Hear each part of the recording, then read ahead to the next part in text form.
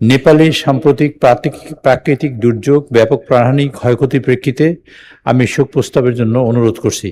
মাননীয় স্পিকার, আকস্মিক বন্যা ও ভূমিধসে নেপালে যে ব্যাপক প্রাণহানি ও ধ্বংসযজ্ঞ ঘটেছে, তাতে মহান জাতীয় সংসদ গভীর শোক ও আন্তরিক সহমর্মিতা প্রকাশ করছে। মৃত ব্যক্তিদের শোক সন্তপ্ত পরিবারগুলোর প্রতি গভীর সমবেদনা জ্ঞাপন করছে।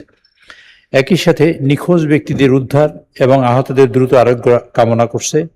দক্ষিণ এশীয় আঞ্চলিক সহযোগিতা সংস্থা সার্ক এর অন্যতম সদস্য নেপালের সাথে বাংলাদেশের বন্ধুত্বপূর্ণ সম্পর্ক এবং অত্যন্ত সুদৃঢ়। এই শোকাবহ সময়ে বাংলাদেশের জনগণ বন্ধুপ্রতিম নেপালের জনগণের পাশে থেকে উদ্ধার ও ত্রাণ কার্যক্রম সব ধরনের সহযোগিতা প্রদানে প্রস্তুত রয়েছে।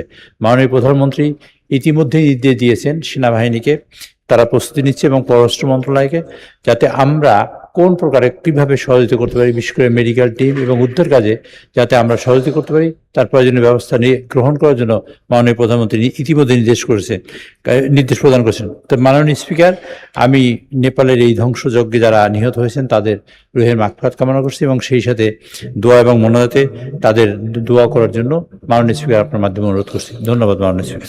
মাননীয় স্পিকার, আমাদের দলের তরফ থেকেও এরকমের জনাব ফজলুর রহমান মাননীয় প্রতিমন্ত্রী নাটোর 1 থেকে নির্বাচিত সংসদ সদস্য, ইতিপূর্বে তার নাম শোক প্রস্তাবে অন্তর্ভুক্ত করা হয়নি। মাননীয় স্পিকার তার নামও শোক প্রস্তাবে অন্তর্ভুক্ত করার জন্য অনুরোধ করছি।